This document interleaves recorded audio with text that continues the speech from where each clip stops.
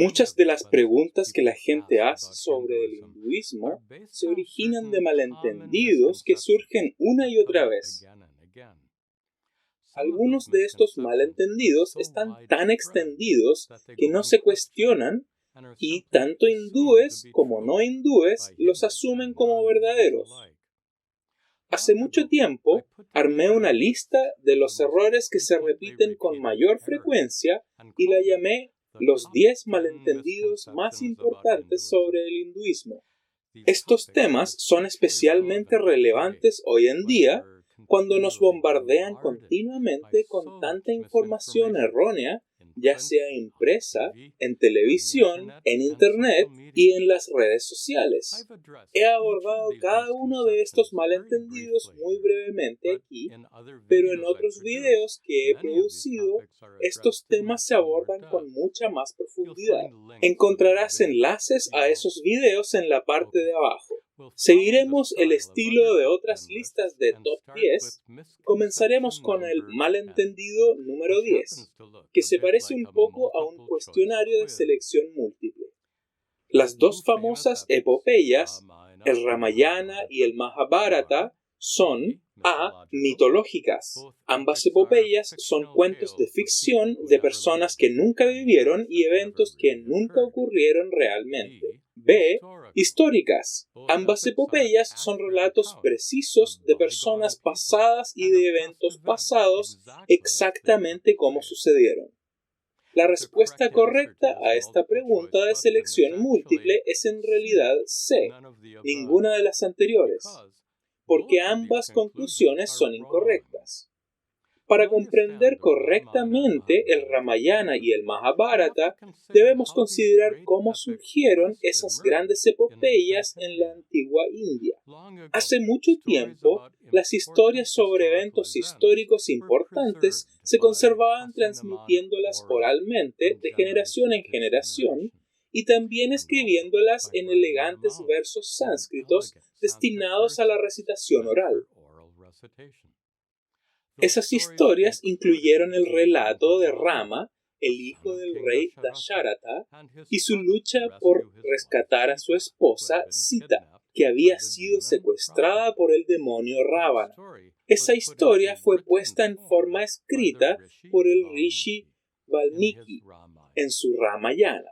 Otra historia contaba las vidas de los Pandavas y Kauravas y describía con sangrientos detalles la horrenda guerra que libraron.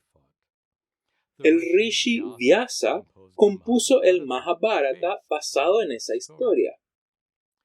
Valmiki y Vyasa eran completamente diferentes a los novelistas modernos que crean historias con tramas de ficción y personajes imaginarios.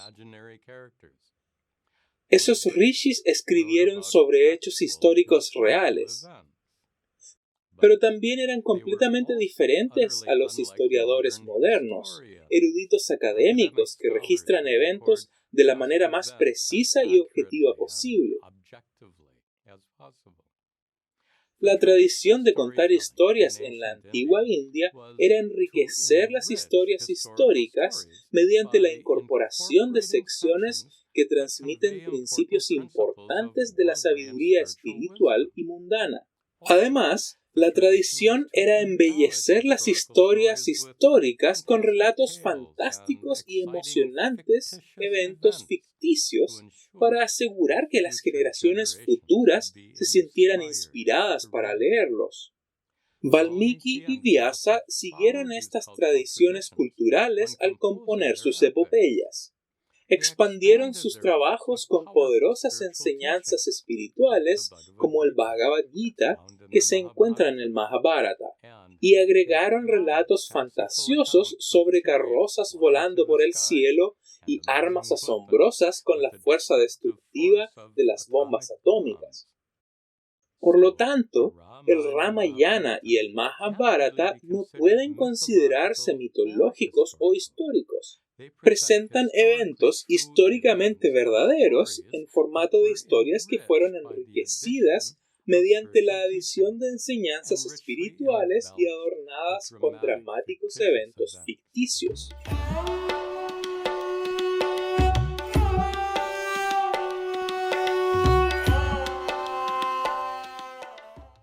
Ahora, veamos el malentendido número 9. El sistema de castas prescrito por las escrituras hindúes es la causa de muchos problemas sociales en India, tanto en los tiempos de antaño como en los tiempos modernos. Esa es una afirmación engañosa porque parte de ella es cierta, pero otra no lo es. Sin duda, lo que ahora llamamos el sistema de castas es absolutamente responsable de la terrible opresión y maltrato de innumerables personas a lo largo de los siglos. Y este terrible problema continúa incluso hoy. Pero lo que no es cierto acerca de esta declaración es la afirmación de que el sistema de castas en realidad está prescrito por las escrituras. Las raíces del sistema de castas en realidad son anteriores a los Vedas, las escrituras fuente del hinduismo. Las personas siempre han formado grupos sociales al asociarse con otros que tienen actividades y profesiones similares. Pero en la antigüedad, tu profesión casi siempre se determinaba por la familia en la que nacías.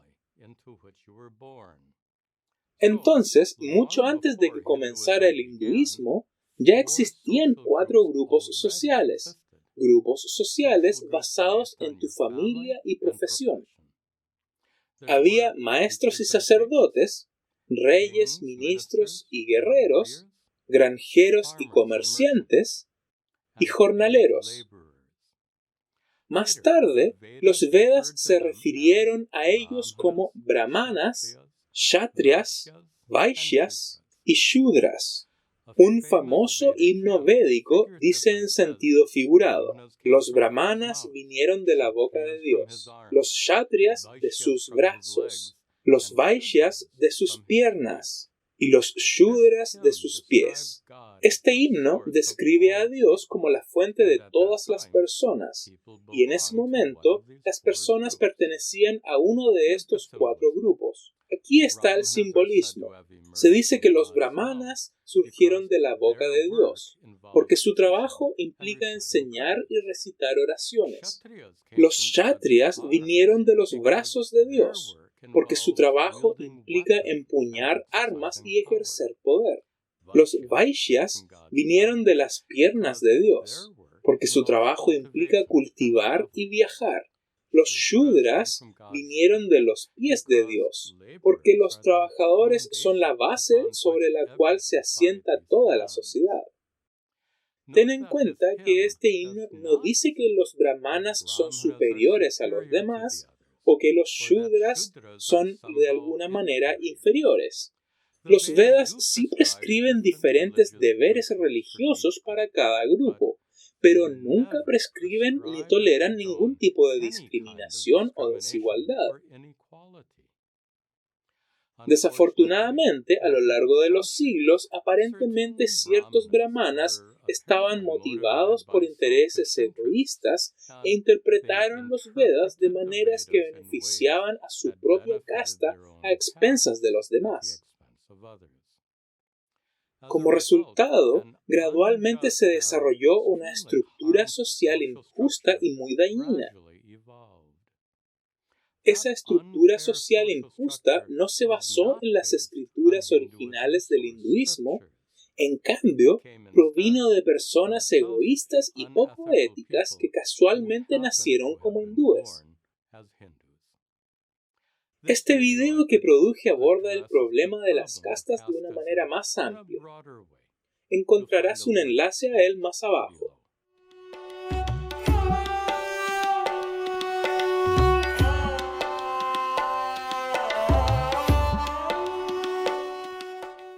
El malentendido número 8 es otra pregunta de selección múltiple.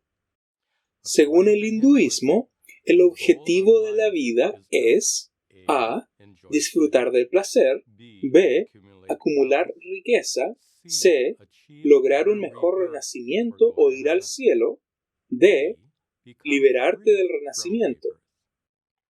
¿Qué respuesta elegirías? Bueno, la correcta es en realidad E, todas las anteriores. Déjame explicar. Las religiones occidentales aceptan solo una meta en la vida, y esa meta es ir al cielo y evitar la condenación eterna después de tu muerte. Pero esa doctrina bíblica disminuye y degrada severamente el valor de la vida diaria. Después de todo, ¿a quién le importa lo que suceda en esta vida mientras llegue al cielo? En contraste, el hinduismo persigue no solo un objetivo, sino 4 objetivos: dharma, rectitud; artha, riqueza; kama, placer; y moksha, liberación. Al aceptar el placer como un objetivo válido de la vida, el hinduismo afirma el valor de tu vida diaria. La vida es un regalo dado por Dios, destinado a tu disfrute.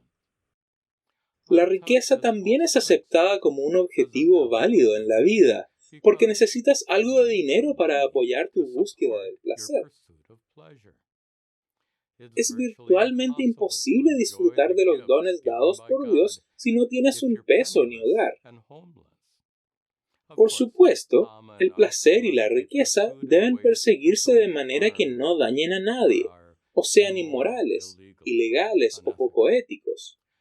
A continuación, dado que el hinduismo acepta la reencarnación, el placer y la riqueza también deben perseguirse en tu próxima vida. Por esta razón, el dharma, la rectitud, se incluye entre los 4 objetivos. Siguiendo el dharma y evitando el adharma, puedes acumular buen karma, y ese buen karma puede llevarte a tener un mejor renacimiento.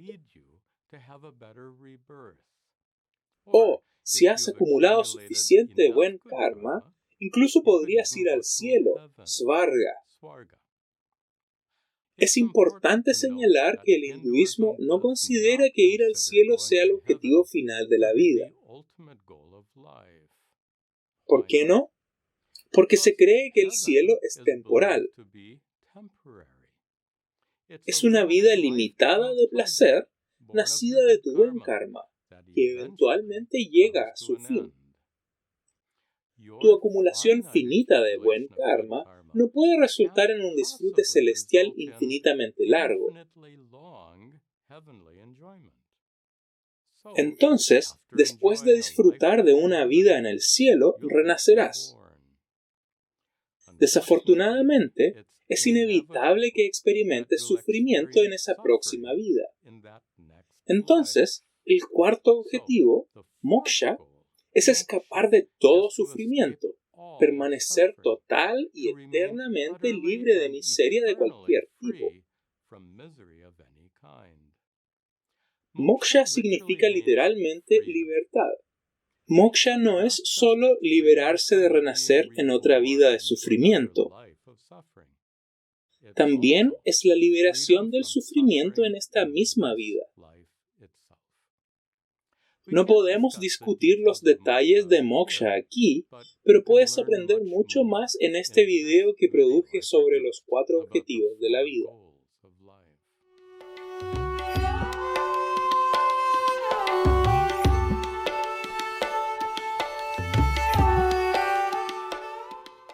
Ahora veamos el 7.º malentendido, que también es una pregunta de selección múltiple. Como ser humano, tu vida es A. Predestinada. El karma de tus vidas pasadas determina el curso de tu vida. B. Dirigido por libre albedrío.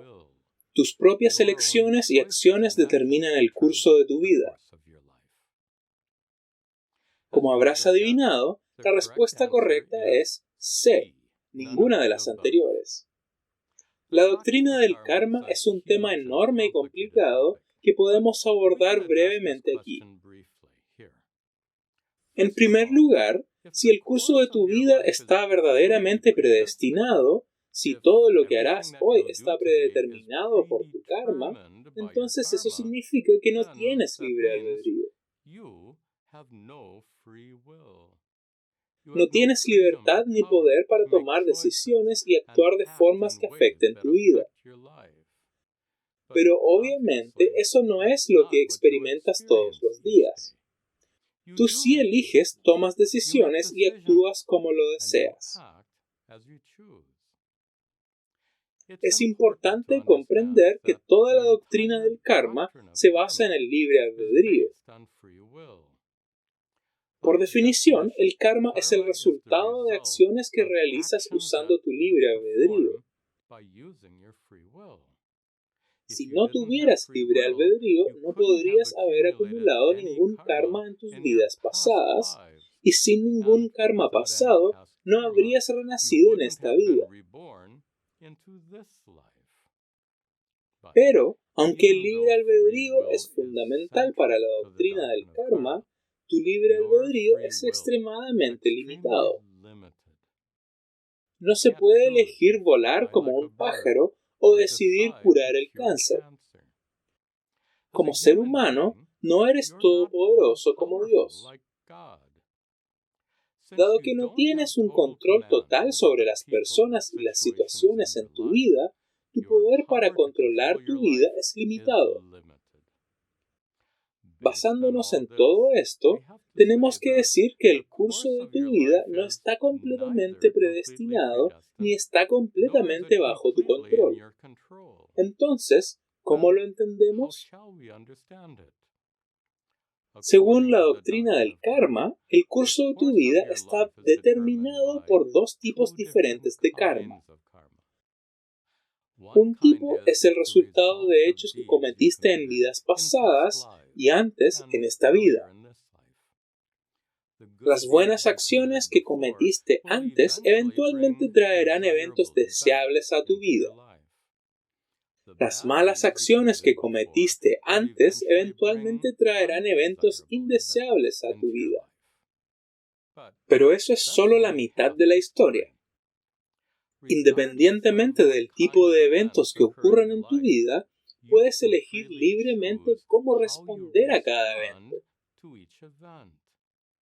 Puedes elegir tu respuesta porque tienes libre albedrío. Entonces, además de tu karma pasado, tu vida se ve afectada por un segundo tipo de karma. Las acciones que eliges realizar con tu libre albedrío.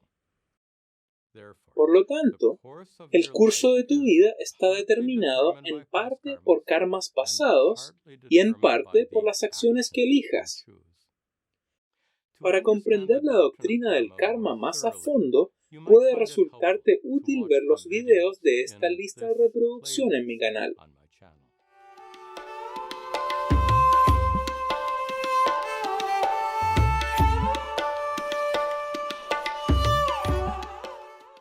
Ahora veamos el malentendido número 6. Para seguir correctamente el Dharma, la rectitud, siempre debemos a. Obedecer estrictamente todas las reglas impuestas por las escrituras hindúes. B. Mirar en nuestro propio corazón y seguir nuestra conciencia. A estas alturas te habrás dado cuenta que la respuesta correcta es C. Ninguna de las anteriores. El enfoque del Dharma por parte del hinduismo está muy matizado. A diferencia de las religiones occidentales, las escrituras hindúes no exigen una lista de mandamientos. ¿Por qué no? Este enfoque puede generar muchos problemas. Por ejemplo, un mandamiento en la Biblia dice, no matarás. Pero, ¿qué pasa con los soldados en un campo de batalla defendiendo a su país de invasores despiadados y tiránicos? Otro mandamiento dice, honra a tu padre y a tu madre. Pero, ¿y si tu padre es un criminal que vende heroína y otras drogas ilícitas? ¿No deberías denunciarlo a la policía? El problema con los mandamientos es que para cada regla hay muchas excepciones. A veces, incluso las excepciones tienen excepciones. Es por eso que los abogados y jueces de miles de tribunales tienen dificultades para comprender el laberinto de estatutos que se encuentran en volúmenes masivos de derecho civil y penal. Basado en esto, definir el Dharma usando un sistema de mandamientos sería confuso y engorroso. Como alternativa a los mandamientos, algunas personas creen que es mejor seguir su conciencia. Desafortunadamente, la conciencia también puede ser una base pobre para el Dharma en ciertas situaciones. Como sabes, la conciencia es tu sentido natural e innato del bien y del mal. Se desarrolla mientras creces como resultado de haber sido elogiado y regañado por figuras de autoridad en tu vida, especialmente por tus padres. Si tus padres fueron buenos modelos a seguir, tu conciencia probablemente sea una guía confiable para el Dharma. Pero ese no es el caso de todos. Si tu padre era un traficante de drogas, es posible que crezcas pensando que vender drogas está bien. Es posible que la conciencia de alguien esté dañada o defectuosa, por lo que no se puede aceptar la conciencia como la autoridad final sobre el Dharma. Por estas razones, el Dharma no se basa ni en los mandamientos ni en la conciencia. En cambio, las escrituras hindúes dicen: Ahimsa paramo dharmaha. La base fundamental del Dharma es ahimsa, la austeridad de daño, la inofensividad. El Dharma se basa en el simple principio del menor daño posible. En cada situación, debes determinar y seguir el curso de acción que resulte en el menor daño para todos los involucrados. Pero a veces no es obvio qué camino conduce al menor daño. En esas situaciones, debes buscar el consejo de aquellos que son más sabios que tú. Cuando se comprende y se aplica correctamente, este principio del menor daño es una guía confiable para seguir el Dharma en todas y cada una de las situaciones.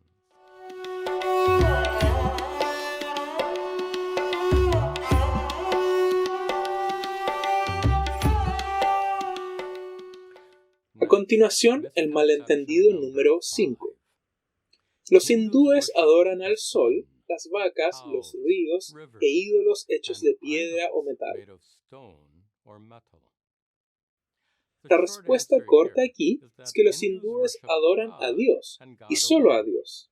Pero entonces, ¿qué pasa con las vacas sagradas y los ríos sagrados como el Ganges? Bueno, un pasaje famoso de los Vedas dice: Sarvam Kalvidam Brahma.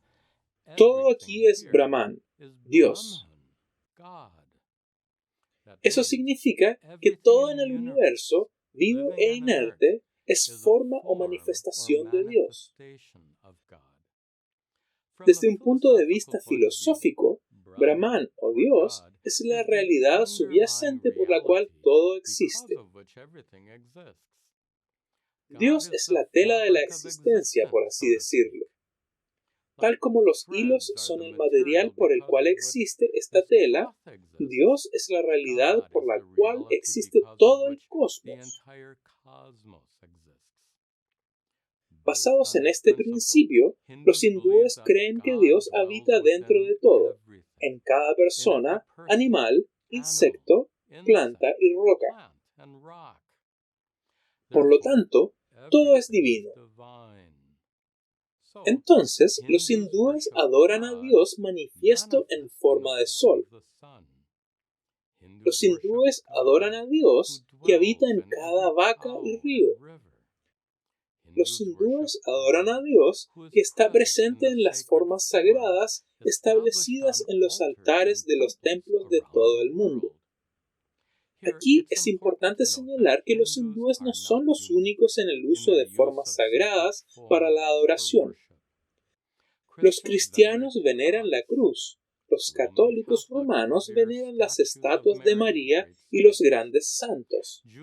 Los judíos veneran pergaminos adornados con las palabras del Torá.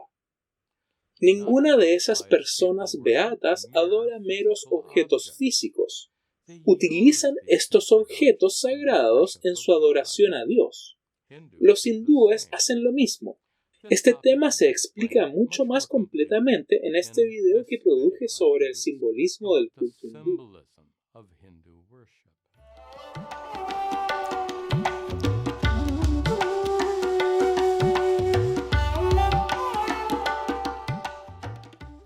El cuarto malentendido es relativamente fácil de abordar. El hinduismo es politeísta. Los hindúes adoran a muchos dioses. Probablemente sepas que los hindúes adoran a un dios en muchas formas. El Rig Veda dice: Ekam Sat Dios es uno, Vipra Bahudha Varanti. a quien los sabios se dirigen con muchos nombres. Me desconciertan algunos cristianos que insisten en que los hindúes realmente adoran a muchos dioses. Después de todo, los cristianos mismos adoran a Dios, el Padre, que habita en el cielo. Adoran a Jesucristo, el Hijo de Dios, el Salvador de la humanidad. Y adoran al Espíritu Santo, que habita en los corazones de los creyentes. Ningún cristiano llamaría a su religión triteísta.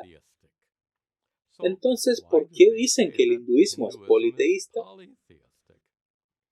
En las clases para niños, digo en broma que los cristianos adoran a un Dios en 3 formas, pero los hindúes, a quienes les gusta la variedad, adoran al mismo Dios en 330 millones de formas diferentes.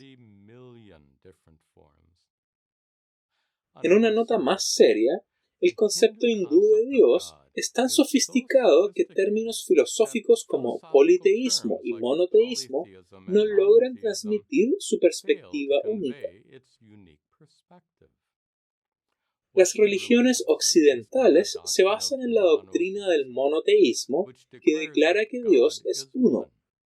Pero ese Dios único está separado y es diferente del mundo y de todo lo que hay en él, incluidos tú y yo. Según el monoteísmo, solo Dios es absolutamente bueno y divino, y todo lo que es diferente de Dios no es bueno, no es divino.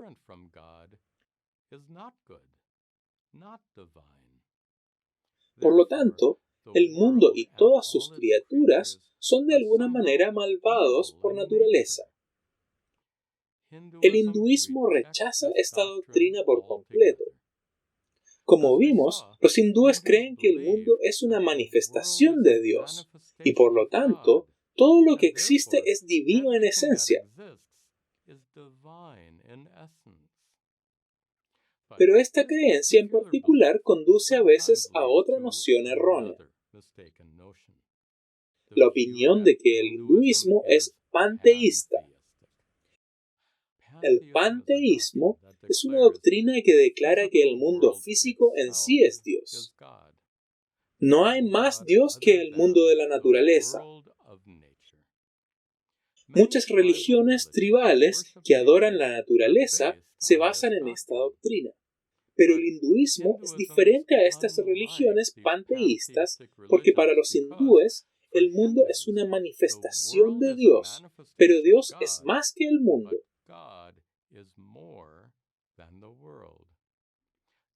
Dios existe tanto dentro del mundo como más allá.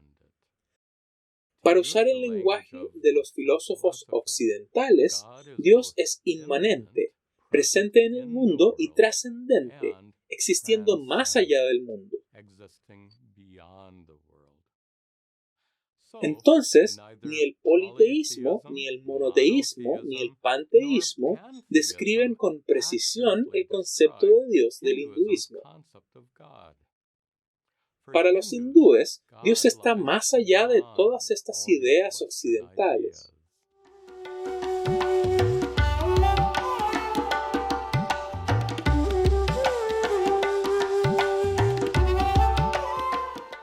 Ahora, veamos el malentendido número 3. Dios castiga a las personas malas por sus malas acciones y recompensa a las personas beatas por sus buenas acciones. Me enseñaron esto cuando era niño y crecía en una familia cristiana. Sin embargo, muchos hindúes también parecen creerlo. Esta enseñanza bíblica es aceptada por muchos hindúes, tal vez porque los cristianos han vivido en la India durante siglos, y algunas de sus creencias se han esparcido, por así decirlo, a la población hindú.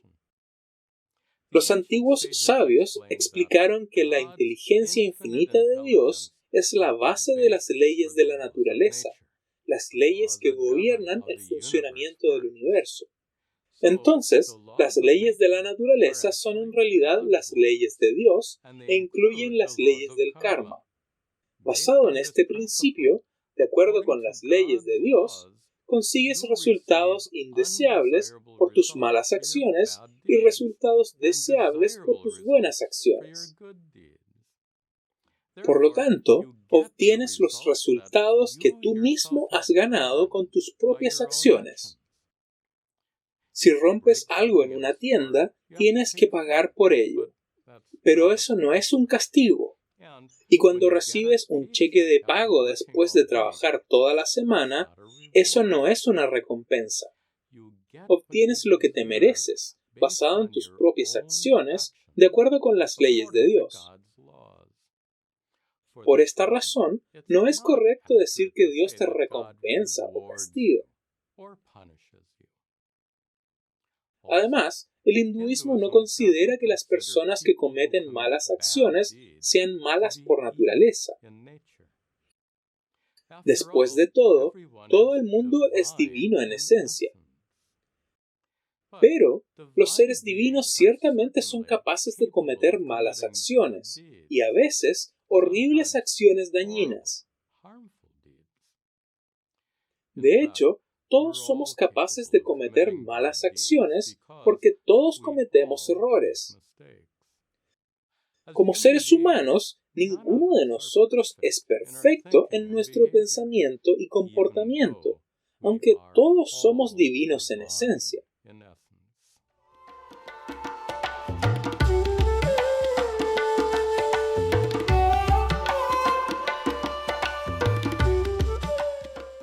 La siguiente es una pregunta de selección múltiple que muestra varios malentendidos más acerca de Dios. A.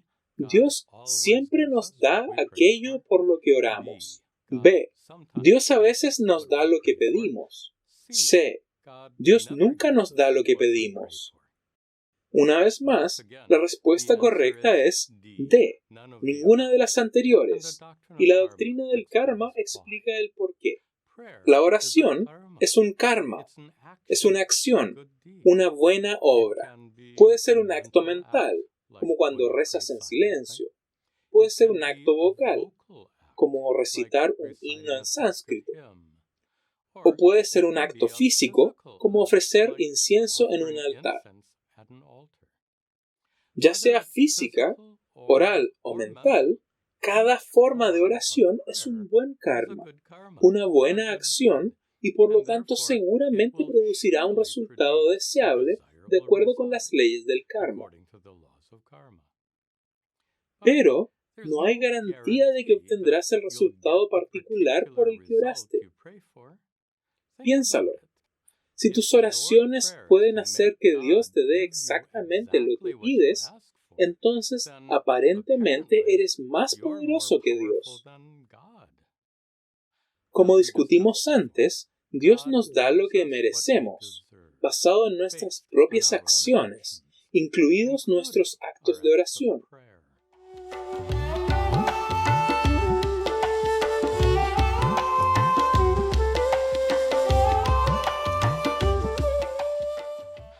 Finalmente, llegamos al malentendido número 1 sobre el hinduismo. Este elemento es el primero de la lista, no porque sea de alguna manera más grande o peor que los otros 9 malentendidos. Es primero porque es el que tiene más repercusiones de todos.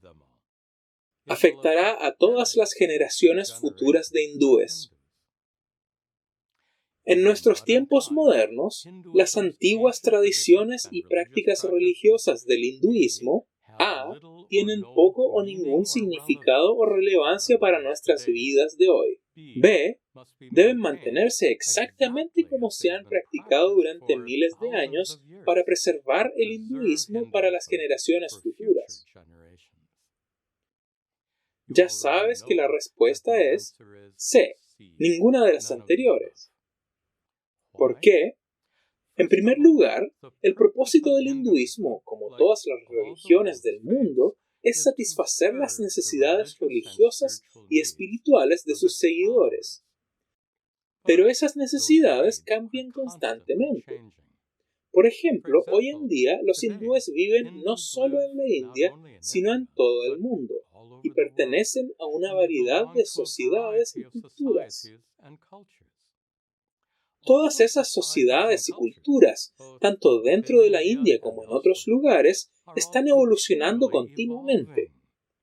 Donde quiera que vivas, las normas culturales de hoy son muy diferentes de lo que eran hace 100 años. Incluso en nuestras propias vidas vemos grandes cambios culturales que tienen lugar a nuestro alrededor. A medida que cambian nuestras culturas, nosotros también cambiamos, y no es sorprendente que nuestras necesidades religiosas y espirituales también cambien. Como resultado, ciertas prácticas religiosas que sirvieron muy bien a nuestros padres o abuelos hace mucho tiempo, pueden no ser significativas o relevantes para nosotros hoy. Por esta razón, las prácticas religiosas deben evolucionar constantemente para que puedan seguir satisfaciendo nuestras cambiantes necesidades. Si una religión no evoluciona y no se adapta a circunstancias cambiantes, no sobrevivirá. Por ejemplo, la religión del antiguo Egipto es una religión muerta. Ya nadie la practica. Afortunadamente, las tradiciones y prácticas del hinduismo han evolucionado a lo largo de los siglos. De hecho, han evolucionado bastante y continúan haciéndolo, aunque muchos hindúes podrían quejarse con razón de que esta evolución no está sucediendo lo suficientemente rápido. Pero algunos hindúes rechazan este concepto de evolución religiosa. Afirman que las tradiciones del hinduismo se han conservado cuidadosamente a lo largo de los siglos, lo que nos permite practicarlas exactamente como en la antigua India. Pero esa afirmación es simplemente falsa. En la escritura hindú más antigua, el Rig Veda, se dirigen más oraciones a Agni y Soma que a todos los demás dioses.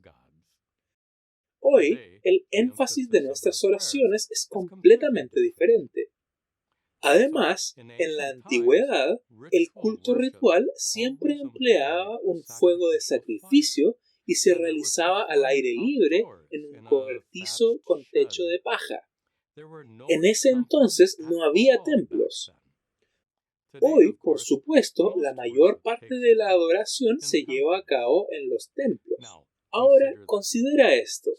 Supongamos que un templo en Nueva Delhi o Nueva York decidiera mantener todas las antiguas tradiciones y prácticas exactamente como se practicaban en la India hace cientos de años. A medida que nuestras necesidades religiosas sigan evolucionando, ese templo perderá gradualmente su capacidad para servirnos adecuadamente. Con el tiempo dejaría de ser un lugar de culto. En cambio, se convertiría en un museo del hinduismo antiguo, lleno de artefactos religiosos en exhibición para mostrar cómo se practicaba el hinduismo hace mucho tiempo. Sin embargo, aquí falta por abordar un tema difícil. Muchos hindúes mayores están profundamente apegados a ciertas prácticas tradicionales, mientras que las generaciones más jóvenes consideran que esas mismas prácticas están pasadas de moda y son completamente irrelevantes. Entonces, la pregunta es, ¿cómo se pueden adaptar esas prácticas tradicionales de manera que satisfagan las necesidades de ambas generaciones? Esa no es una pregunta fácil y no tengo una respuesta sencilla. Pero mi gurú abordó ese tema en particular haciendo una distinción importante entre la forma y el espíritu de una tradición religiosa. Dijo que debemos permitir que cambien las formas o apariencias externas de las tradiciones y al mismo tiempo debemos mantener con cuidado el espíritu o la esencia de esas tradiciones. Este problema seguirá siendo un gran desafío para los hindúes durante las generaciones venideras. Finalmente, es importante reconocer que el hinduismo es mucho más que una colección de tradiciones y prácticas religiosas. También contiene enseñanzas espirituales profundas, enseñanzas sobre Brahman, la realidad suprema, enseñanzas sobre la verdadera naturaleza divina interior de los seres conscientes, y enseñanzas que abordan el problema del sufrimiento humano, lo que lleva al objetivo final de la liberación. Estas son las enseñanzas del Vedanta, primero enseñadas por los antiguos rishis y encontradas en la sección final de los Vedas. El Vedanta no se centra en las prácticas religiosas o formas de culto, o cuestiones de creencias como la reencarnación. En cambio, el Vedanta se centra en temas de conocimiento espiritual, temas de verdad. La verdad es universal e invariable. Lo que era cierto en la antigua India sigue siendo cierto hoy, y la verdad no está sujeta a evolución ni revisión. Si intentas revisar una verdad matemática, como la fórmula para el área de un rectángulo, esa revisión será una corrupción, no una mejora. De la misma manera, la sabiduría esencial de los rishis no se puede revisar ni mejorar, aunque el estilo y el lenguaje de sus enseñanzas continuarán adaptándose para satisfacer las necesidades de cada generación sucesiva de buscadores espirituales.